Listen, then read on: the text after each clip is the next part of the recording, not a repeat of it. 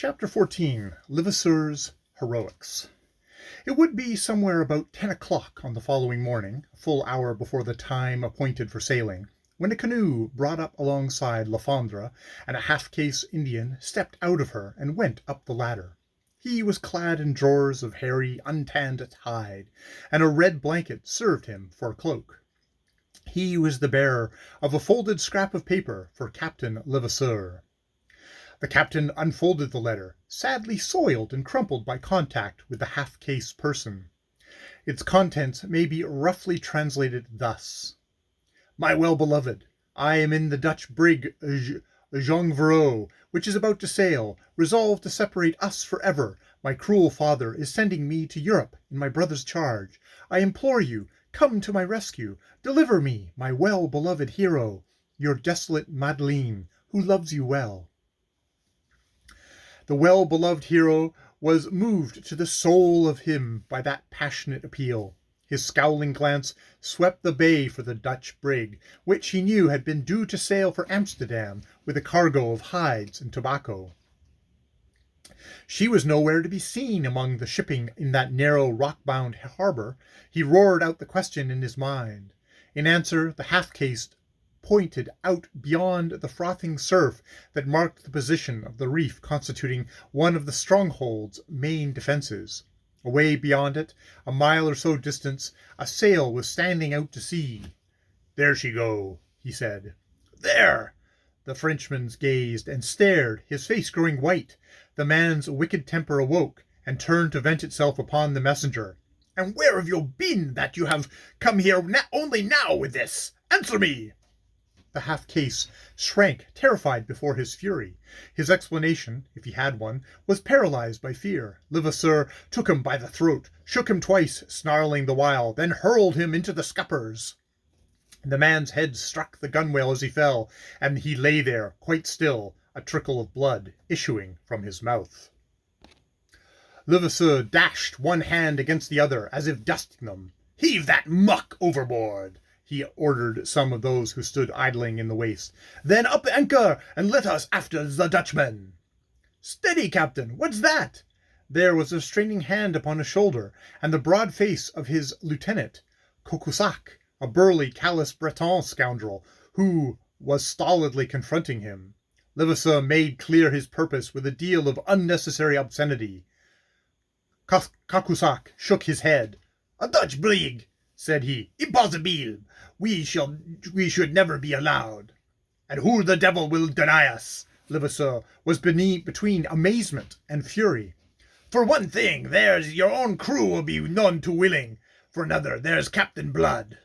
I care nothing for Captain Blood.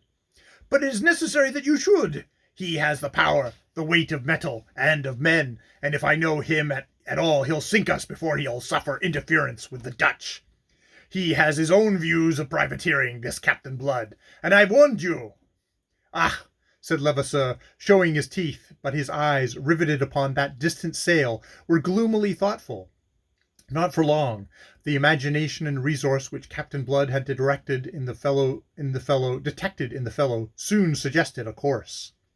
Cursing in his soul, and even before the anchor was weighed, the association to which he had entered, he was already studying ways of evasion. What Cahusac implied was true. Blood would never suffer violence to be done in his presence to a Dutchman, but it might be done in his absence, and, being done, Blood must perforce condone it, since it would then be too late to protest.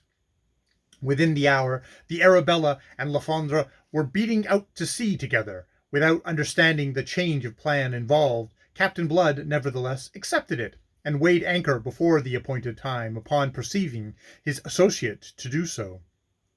All day the Dutch brig was in sight, though by evening she had dwindled to the merest speck on the northern horizon. The course prescribed for Blood and Lvssr lay eastward along the northern shores of Hispaniola. To that course the Arabella continued to hold steady throughout the night. When day broke again, she was alone. Lvssr, under the cover of darkness, had struck away to the northeast, with every rag of canvas on her yards. Cahusac had attempted yet again to protest against this. The devil take you! Lvssr had answered him. A ship's a ship, be she Dutch or Spanish, and their ships are in present need. That will suffice for the men." His lieutenant said no more, but from his glimpse of the letter, knowing that a girl and not a ship was his captain's real objective, he gloomily shook his head as he rolled away on his bowed legs to give the necessary orders. Dawn found Lvssr close on the Dutchman's heels, not a mile astern, and the sight of her very evidently flustered the jongevrou. No doubt Mademoiselle's brother recognized Lvssr's ship would be responsible for the Dutch uneasiness. They saw the jongevrou crowding canvas in a futile endeavor to outsail them, whereupon they stood off to starboard and raced on until they were in position whence they could send a warning shot across her bow. The jongevrou veered, showed them her rudder, and opened fire with her stern chasers. The small shot went whistling through Lvsr's shrouds, with some slight damage to her canvas. Followed a brief running flight, in the course of which the Dutchman let fly a broadside. 5 minutes after they were board and board, the jongevrou held tight in the clutches of Lvsr's grapnels, and the buccaneers pouring noisily into her waist. The Dutchman's master, purple in the face, stood forward to beard the pirate, followed closely by an elegant, pale-faced young gentleman in whom Lvssr recognized his brother-in-law elect. "Captain Lvssr, what is this outrage for which you shall be made answer? What do you seek aboard my ship?" "At first I sought only that which belongs to me, something which am being robbed. But since you chose war and opened fire with me, some damage to my ship and loss of life to 5 of my men, why, war it is, and your ship a prize of war." From the quarter rail Mademoiselle d'Orgon looked down with glowing eyes and breathless wonder upon her well-beloved hero. Gloriously heroic he seemed as he stood towering there, masterful, audacious, beautiful. He saw her, and with a glad shout sprang towards her. The Dutch master got in his way with hands upheld to arrest his progress. Lvssr did not stay to argue with him. He was too impatient to reach his mistress. He swung the poleaxe that he carried, and the Dutchman went down in blood with a cloven skull. The eager lover stepped across the body and came on, his countenance joyously alight. But Mademoiselle was shrinking now, in horror. She was a girl upon the threshold of glorious womanhood, of a fine height and nobly moulded, with heavy coils of glossy black hair above and about a face that was the color of old ivory. Her countenance was cast in lines of arrogance, stressed by the low lids of her full, dark eyes.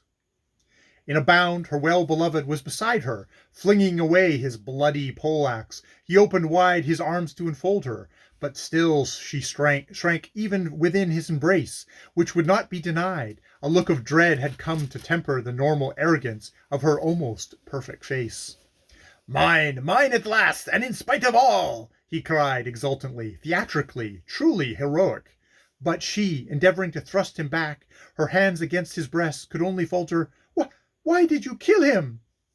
He laughed, as a hero should, and answered her heroically, with the tolerance of a god for a mortal to whom he condescends. "He stood between us. Let his death be a symbol, a warning. Let all who would stand between us mark it and beware." It was so splendidly terrific, the gesture of it was so broad and fine, and his magnetism so compelling, that she cast her silly tremors and yielded herself freely, intoxicated, to his fond embrace. Thereafter he swung her to his shoulder, and stepping with ease beneath that burden, bore her in a sort of triumph, lustily cheered by his men, to the deck of his own ship.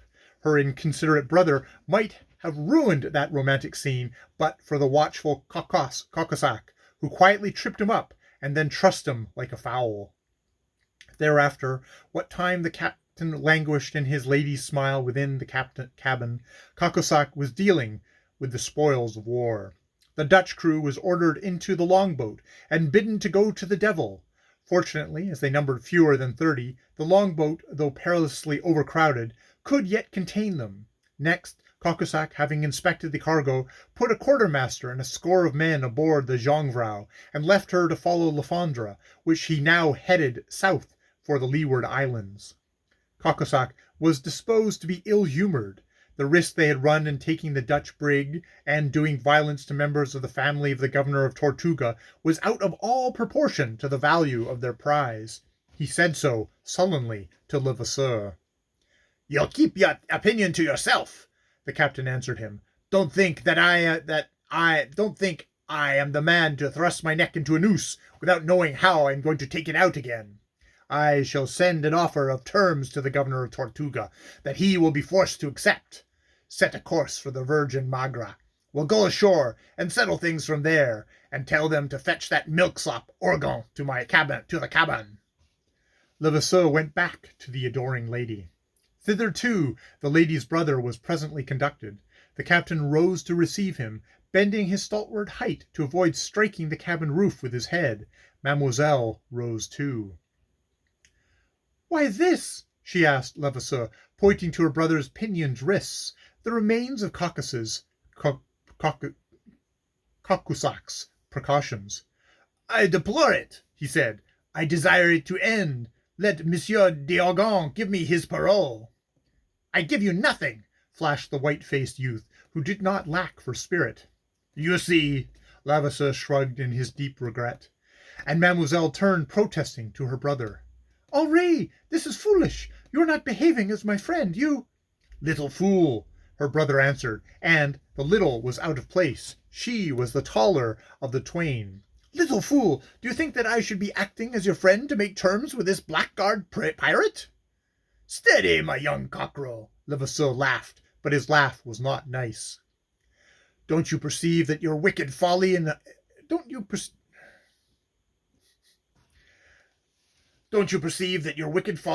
harm has already brought you? Lives have been lost, men have died, and that this monster might overtake you. Don't you yet realize where you stand? In the power of this beast, of this cur born in a kennel and bred in thieving and murder?"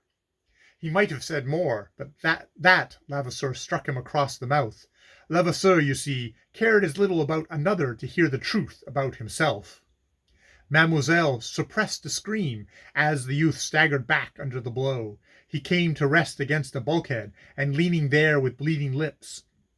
But his spirit was unquenched, and there was a ghastly smile on his white face as his eyes sought his sister's. "You see," he said simply, "he strikes a man whose hands are bound." The simple words, and more than the words, their tone of ineffable disdain, aroused the passion that never slumbered deeply in Lvssr. "And what should you do, puppy, if your hands were unbound?" He took his prisoner by the breast of his doublet and shook him. "Answer me! What should you do? Tach, you empty windbag, you!" Then came a torrent of words unknown to Mademoiselle, yet of whose foulness her intuition made her conscious. With blanched cheeks, she stood by the cabin table and cried out to Lvssr to stop, to obey her. He opened the door and flung her brother through it. "Put that rubbish under the hatches until I call for it again," he roared, and shut the door. Composing himself, he turned to the girl again with a deprecatory smile, but no smile answered him from her set face. She had seen her beloved hero's nature in curl papers, as it were, and she found the spectacle disgusting and terrifying. It recalled the brutal slaughter of the Dutch captain, and suddenly she realized that what her brother had just said of this man was no more than true. Fear growing to panic was written on her face as she stood there leaning for support against the table. "Why, sweetheart, what is this?" Lvssr moved towards her. She recoiled before him. There was a smile on his face, a glitter in his eyes that fetched her heart into her throat. He caught her as she realized the uttermost limits of the cabin, seized her in his long arms, and pulled her to him. "No, no," she panted. "Yes, yes," he mocked, and his mockery was the most terrible thing of all. He crushed her to him brutally, deliberately hurtful because she resisted, and kissed her whilst she writhed in his embrace. Then, his passion mounting, he grew angry and stripped off that last rag of the hero's mask that still may have hung upon his face. "Little fool, did you not hear what your brother said to you, that you are in my power? Remember it, and remember that your own free will you came. I am not the man with whom a woman can play fast and loose." So get sense, my girl, and accept what you have invited. He kissed her again, almost contemptuously, and flung her off. No more scowls, he said. You'll be sorry else. Someone knocked. Cursing the interruption, Lvssr strode off to open. Cahusac stood before him. The Breton's face was grave. He came to report that they had sprung a leak between wind and water, the consequence of damage sustained from one of the Dutchman's shots. In alarm, Lvssr went off with him.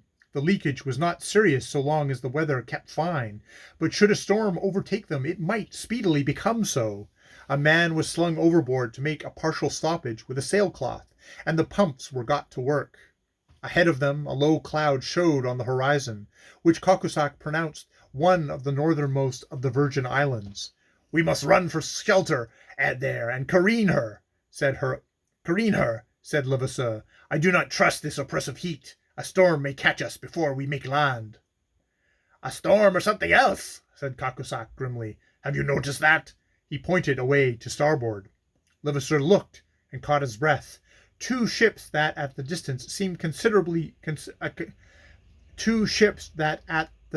seemed of considerable burden were heading towards them some 5 miles away. If they follow us, what is to happen? Demanded Cahusac. We'll fight, whether we are in the case to do so or not, swore Lvssr. Counsels of despair. Cahusac was contemptuous. To mark it, he spat upon the deck. This comes of going to sea with a lovesick madman. Now keep your temper, Captain, for the hands will be at the end of theirs if we have trouble as a result of this Dutchman business. For the remainder of that day, Lvssr's thoughts were of anything but love. He remained on deck, his eyes now upon the land, now upon those two slowly gaining ships. To run for the open could avail him nothing, and in his leaky condition would provide an additional danger. He must stand at bay and fight, and then, towards evening, when within 3 miles of the shore, and when he was about to give the orders to strip for battle, he almost fainted from relief to hear a voice from the crow's nest above announce that the larger of the two ships was the Arabella. Her companion was presumably a prize.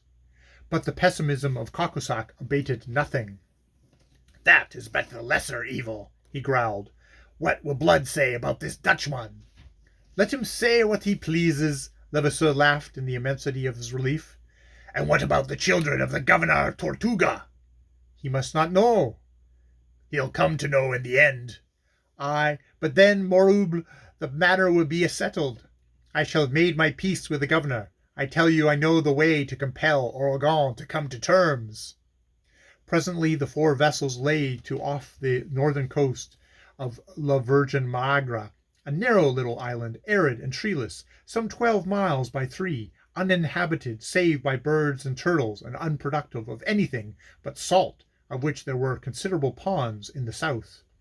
Lvssr put off in a boat, accompanied by Cahusac and 2 other officers, and went to visit Captain Blood aboard the Arabella. Our brief separation has been mighty profitable, was Captain Blood's greeting. It's a busy morning we've both had. He was in high good humor as he led the way to the great cabin for a rendering of accounts. The tall ship that accompanied the Arabella was a Spanish vessel of 26 guns, the Santiago, from Puerto Rico, with 120,000 weight of cacao, 40,000 pieces of 8, and the value of 10,000 more in jewels. A rich capture, of which 2/5 under the articles went to Lvssr and his crew. Of the money and jewels, a division was made on the spot. The cacao was agreed should be taken to Tortuga to be sold. Then it was the turn of Lvssr, and black grew the brow of Captain Blood as the Frenchman's tale was unfolded. At the end he roundly expressed his disapproval. The Dutch were a friendly people, whom it was a folly to alienate, particularly for so paltry a matter as these hides and tobacco, which at most would fetch a bare 20,000 pieces. But Lvssr answered him, as he had answered Cahusac, that a ship was a ship, and it was ships they needed against their projected enterprise. Perhaps because things had gone well with him that day, Blood ended by shrugging the matter aside. Thereupon Lvssr proposed that the Arabella and her prize should return to Tortuga, there to unload the cacao and enlist the further adventurers that could now be shipped. Lvssr, meanwhile, would effect certain necessary repairs and then proceed south, await his admiral at Saltatudos,